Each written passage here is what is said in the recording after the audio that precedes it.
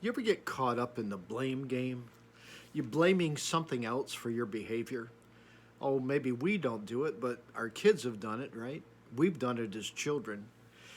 That's one of the things I also notice in Genesis chapter 3.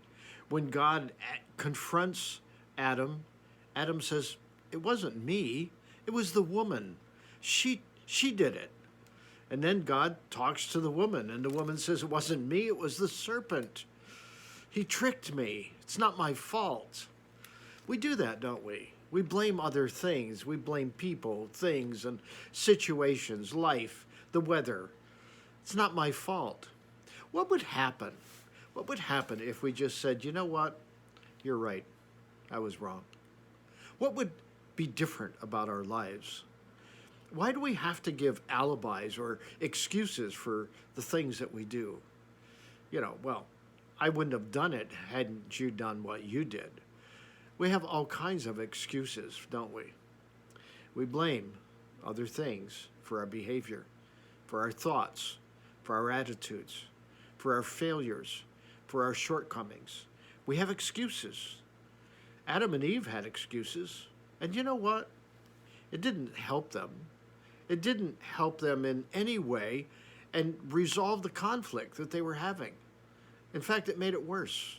And that's what happens with blaming other things. It doesn't solve anything. I've done it. I'm sure you have too. I laugh at it because, at the end, it doesn't change anything. We're still guilty. I have learned that sometimes the best thing to do is just to say, "You know what? You're right. I was wrong." I remember this happened in a job once, and my supervisor came up to me about something that I had done, and I had a lot of excuses, a lot of good reasons for why I did what I did. But all I said was, "You know what? You're right. I was wrong." And that solved a lot of problems. It solved a lot of things because my supervisor said, "Get out of my office and go back to work." She was expecting an argument. Well, I wasn't going to give her one.